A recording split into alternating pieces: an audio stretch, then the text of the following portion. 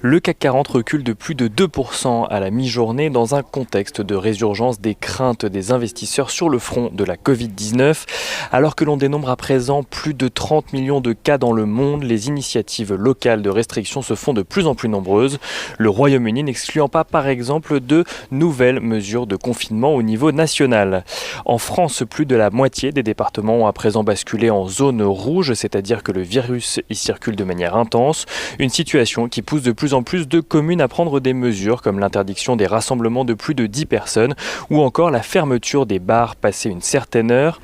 La France qui veut par ailleurs créer toutes les conditions favorables à la reprise et qui envisage de supprimer 150 millions d'euros de petites taxes.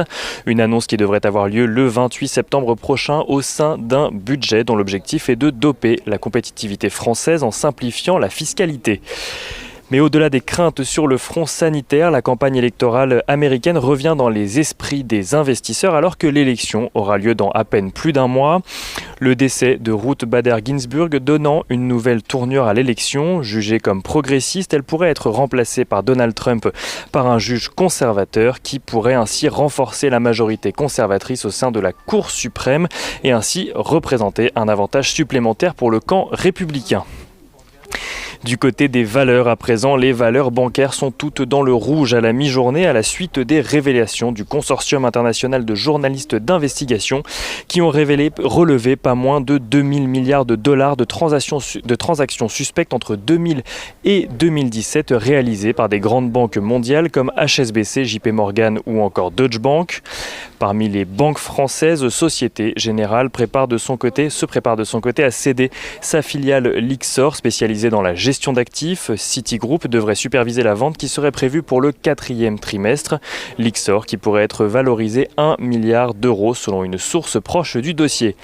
Les autres valeurs à la Bourse de Paris à la mi-journée, Iliad en recul également. Le groupe a annoncé ce matin une OPA de 2,2 milliards d'euros sur l'opérateur télécom polonais Play.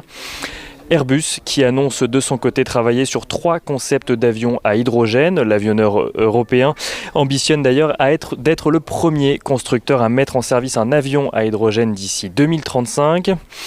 Le baril de Brent recule de son côté. Il se négocie à la mi-journée juste au-dessus des $42, faisant perdre à total plus de 2% dans son sillage. Et on regarde rapidement du côté des valeurs américaines, surtout le dossier TikTok, puisque le gouvernement américain et TikTok ont trouvé un accord in extremis. TikTok s'associera finalement avec Oracle et Walmart pour créer une nouvelle entité qui se nommera TikTok Global.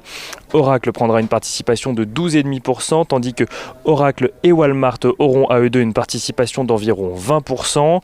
Un montage qui a été validé par Donald Trump qui s'est enthousiasmé à l'idée que cet accord crée 25 000 emplois aux États-Unis. La Chine doit encore valider l'accord de son côté.